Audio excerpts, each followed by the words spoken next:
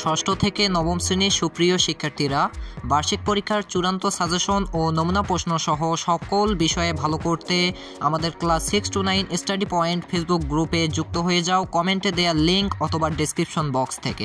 Suggestion, নমুনা প্রশ্ন এবং পরীক্ষার আগের রাতে চূড়ান্ত সাজেশন ক্লাস পাওয়ার জন্য এক্ষুনি যুক্ত হয়ে যাও আমাদের এই গ্রুপে।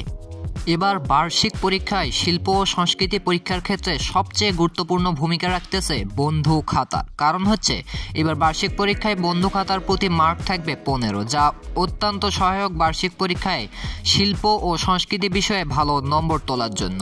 কিন্তু শিক্ষার্থীদের মাঝে বর্তমানে সবচেয়ে মোস্ট ইম্পর্টেন্ট প্রশ্ন হচ্ছে কিভাবে তৈরি করব আমরা বন্ধু খাতা, অথবা এই খাতাতে কি লিখব, কি লিখতে হবে এবং কিভাবে লিখলে মার্ক পাবো, সেই বিষয়টা এখনো ক্লিয়ার নয়। বন্ধু খাতা তৈরির কথা জানুয়ারি মাস থেকে শুরু হলেও অনেক স্কুলের শিক্ষার্থীরা এটি করেনি। এখন বার্ষিক পরীক্ষায় চাপের মুখে এসে তাদেরকে করতে বাধ্য করানো হচ্ছে। বাট কথা হচ্ছে কিভাবে করবে। সো আজকের ভিডিওটা ফুললিভাবে দেখতে থাকো, পুরো বিষয়টি ক্লিয়ার হয়ে যাবে যে বার্ষিক পরীক্ষার জন্য শিল্প ও সংস্কৃতির জন্য কিভাবে তোমরা একটা বন্ধু খাতা প্রস্তুত করবে, কি কি লিখবে, কি কি লিখতে হবে। আর এই ভিডিওটির কার্যক্রম কিন্তু ষষ্ঠ থেকে নবম সব শ্রেণীর জন্য একই। So let's get start. বন্ধু খাতা সম্পর্কে জানতে চাও তাহলে প্রথমেই কিছু বলে নিচ্ছি।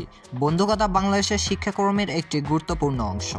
এটি শুধু একটি খাতা নয়, বরং একজন শিক্ষার্থীর সৃজনশীলতা, জ্ঞান ও দক্ষতার প্রকাশের একটি মাধ্যম। সো বন্ধু খাতায় কি থাকতে পারে? প্রথমতই আসি লেখার কাজে। বন্ধু খাতায় কি কি লিখবে? সো বন্ধু খাতা লেখার ক্ষেত্রে তোমাদের বইয়ে থাকা বিভিন্ন কবিতা, গল্প এবং যদি নিজের সাথে ঘটে যাওয়া কোনো অভিজ্ঞতা থাকে সেটা অবশ্যই বর্ণনা করে লিখতে হবে। এর পরবর্তীতে চিত্রের ব্যাপার হচ্ছে তোমাদেরকে কি কি চিত্র আঁকতে হবে। সো তোমাদের বইয়ে বিভিন্ন চিত্রগুলো আছে, সেগুলোও আঁকতে পারো। তাছাড়া বিভিন্ন প্রাকৃতিক দৃশ্য, মানুষ, পশু পাখি, কল্পনা প্রসূত চিত্র ইত্যাদি সব কিছু আঁকতে পারো। এর পরবর্তীতে আসি নকশা। বন্ধু খাতায় নকশা তৈরি করতে হবে। সো কিসের নকশা? নকশা হচ্ছে বিভিন্ন ধরনের নকশা এবং প্যাটার্ন তৈরি করতে হবে।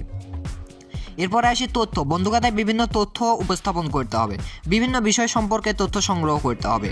এরপরে আসি শিক্ষকের দেওয়া কাজ।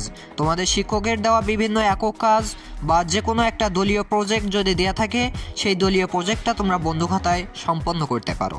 এর পরবর্তীতে বন্ধু খাতা কেন গুরুত্বপূর্ণ সেটা বলে নেই। সৃজনশীলতা বৃদ্ধির ক্ষেত্রে বন্ধু খাতা গুরুত্বপূর্ণ, কেননা নিজের মতো করে চিন্তা করতে এবং তা প্রকাশ করতে সাহায্য করে এই বন্ধু খাতা। এরপরে জ্ঞানের বিকাশ, বিভিন্ন বিষয় সম্পর্কে জানতে এবং তা মনে রাখতে সাহায্য করবে। এরপরে দক্ষতা উন্নতি, অর্থাৎ লেখা, আঁকা, নকশা করার দক্ষতা বৃদ্ধি করে। এরপরে আত্মবিশ্বাস বৃদ্ধি করে, নিজের কাজে গর্ব অনুভব করতে সাহায্য করে। এরপর বন্ধু খাতা তৈরির কিছু টিপস তোমাদেরকে দিতেই। সো সুন্দর করে লিখতে হবে। সুন্দর হাতের লেখা বন্ধু খাতাকে আরও সুন্দর করে তোলে। এরপরে রঙিন করা, বিভিন্ন রং ব্যবহার করে বন্ধু খাতাকে আকর্ষণীয় করে তুলতে পারো। এরপরে আসি চিত্র আঁকা। সো নিজের মতো করে চিত্র আঁকতে পারো। কল্পনা করো, তোমাদের বন্ধু খাতা তৈরি করার সময় কল্পনা করো তুমি কি কি করতে চাও। আনন্দ করো, বন্ধু খাতা তৈরি করার সময় আনন্দ করো।